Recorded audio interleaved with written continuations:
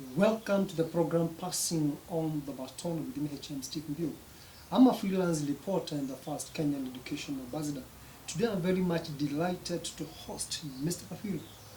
He has been a teacher for a long time and the EO in different schools, and he is full of information to share with us, and especially the importance of education to our young people. Welcome to the program. My name is Kabiro. I'm a teacher, a retired teacher by profession. I have been a teacher for 35 years. 10 years as a teacher, 10 years as a deputy, 15 years as the head of the institution as well as the education officer in different parts. I have been an education officer in Kiambu and Kitui district. And that is where I retired in the year 2005. About the education, when I joined the teaching profession in 1971, the government was very nice. The teachers, we knew where to go. After training, we were posted outright. In January, we were at work, and our salaries started coming straight away. So we had no problem outposting, there was no problem of anything, but the salary was very low anyway, compared to today's salaries, which are huge salaries.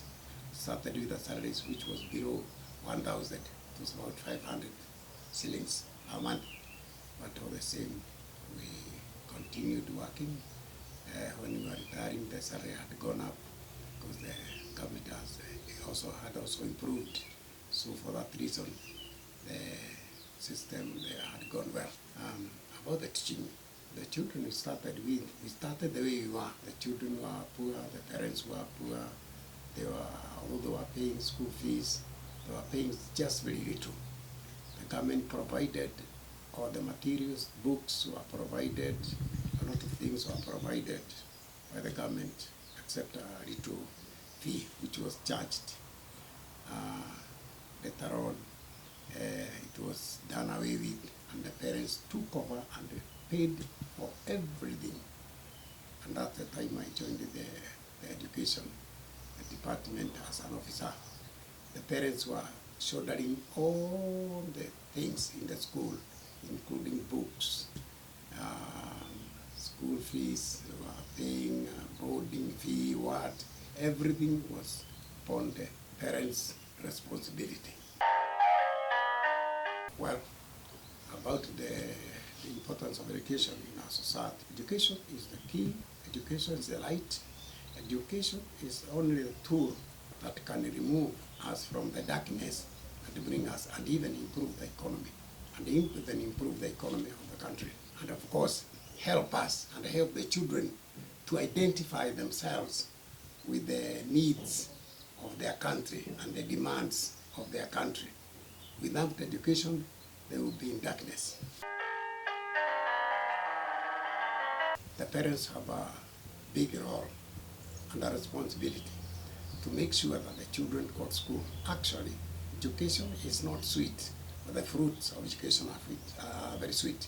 And since the children don't have the experience, the parents have the experience, they have the capacity, they have the role to play by encouraging the children to go to school, by taking care of them, encouraging them, and avoiding some disparaging attitudes, particularly when the children are in school. They should encourage them and give them good role models around them who have done something in the society, so that they can be their role models.